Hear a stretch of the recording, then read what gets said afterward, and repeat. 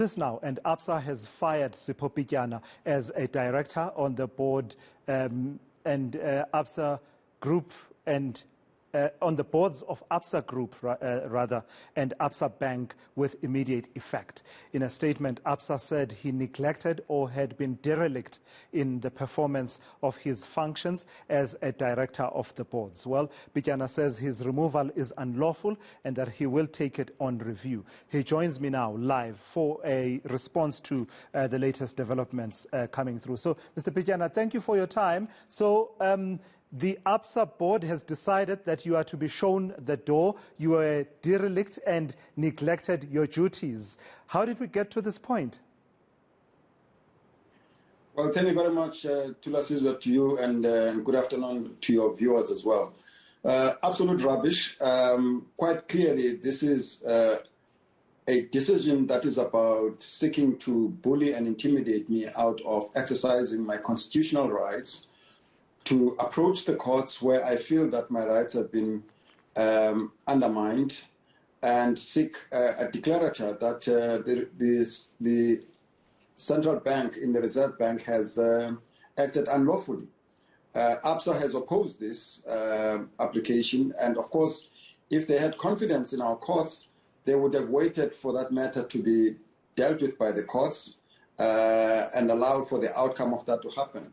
But instead, they've been putting pressure on me to resign from the board. They've moved me from roles where they know that I've acquitted myself very well. And then now they are manufacturing this exercise of those that constitute the election of. If anything, I would argue that part of my responsibility is to ensure that to the extent that the regulator acts unlawfully in a situation that affects a bank on whose board I serve. As a director on that board, I have a responsibility to point that out.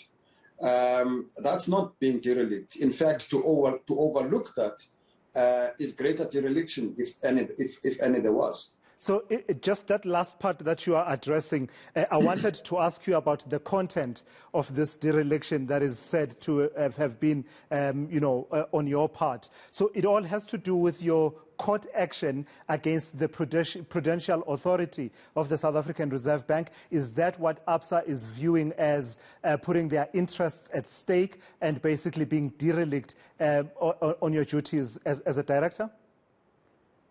Absolutely. I mean, the assertion is that by virtue of taking the step of challenging the conduct of the Prudential Authority and going to court, arguing that they've acted unlawfully, I have placed Absa's, my interest above those of Absa. And indeed, that I've embarrassed the Absa as a business, and that it may be that by virtue of a suggestion that the Prudential Authority acted unlawfully, that the Absa board may itself have acted unlawfully. All of this is speculative, of course. One would have expected that you allow the court processes to unfold and to come to a view. The provision of the Companies Act pertaining to negligence and dereliction of duty is not about taking away anybody's right in the Constitution and in the laws of the country away. It is about somebody who willfully and deliberately fails to fulfill their duties as a director. In my view, you would have many more Steinhoffs, you would have many more Tonga Tulets if you have a bunch of directors who believe that all that they have to do is to be on the whim of an irrational persona who seeks to ensure that everybody just acts according to what they depict. So clearly, this is a manufactured notion of dereliction of duty. So what are you going to do about it after outlining how you feel about this action and this step taken by the Absa board? Will you be challenging them? Well, fortunately, the laws of this country allow us to do that. The Companies Act allow me to take this on review, and I've instructed my legal team to do exactly that. The decision of the board is unfounded. They cannot prove or argue in any way, manner or form that have been derelict. By the way, this is a very important matter, Thulasizwe, because I'm not an employee of Absa.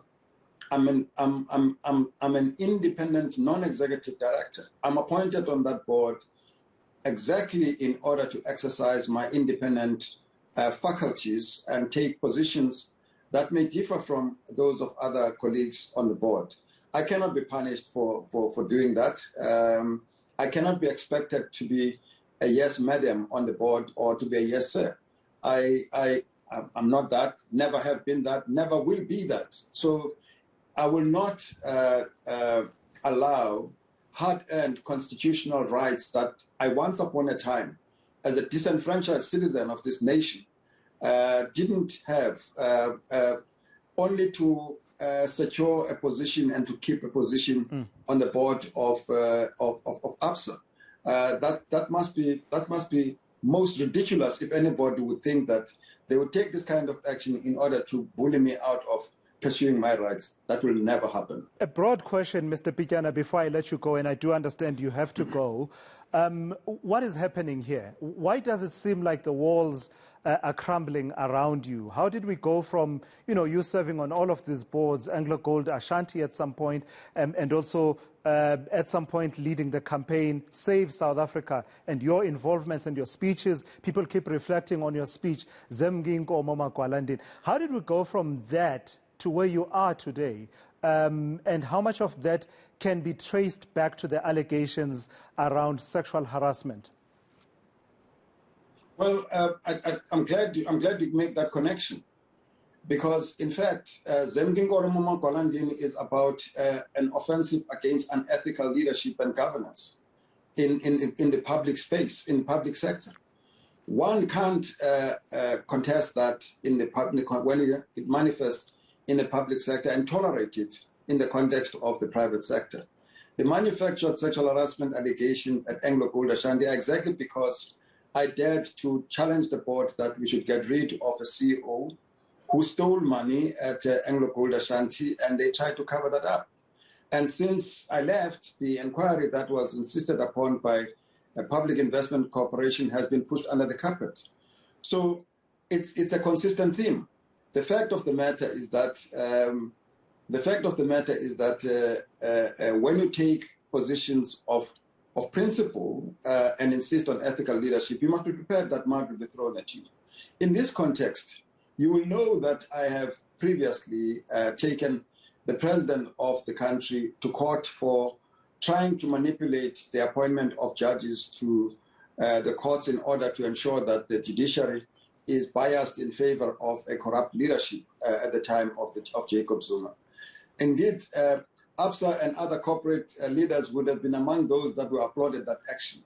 But somehow, where it is appropriate and acceptable to challenge a president of the country and to challenge government ministers and government departments, it is considered totally unacceptable to challenge the central bank when it does the same. That must be preposterous. It's unacceptable. Why is it such a great offense to take the Reserve Bank to court when one feels that they've been in breach of the law? Why is it not possible for the Absa board to sit, wait patiently and make, after all, they're an interested party, they have filed their papers, they have objected to my application. Why not allow that process to unfold in the courts and take a view at the end? Why are they doing it so, interfering with that process beforehand? Is it because they have no respect for the rule of law and our independent judiciary? So I'm quite clear, Simelane, that good governance across the board, whether it's in the public sector, on the private sector, is in the best interest of every citizen in this country. I will not ignore where I see it manifest differently in the private sector because I happen to be on a board. All right, I've got to thank you for your time there. That's Sipho Pityana, who says he will be challenging the decision of the Absa board to dismiss him from serving on the various boards on which he served in that group, the Absa group.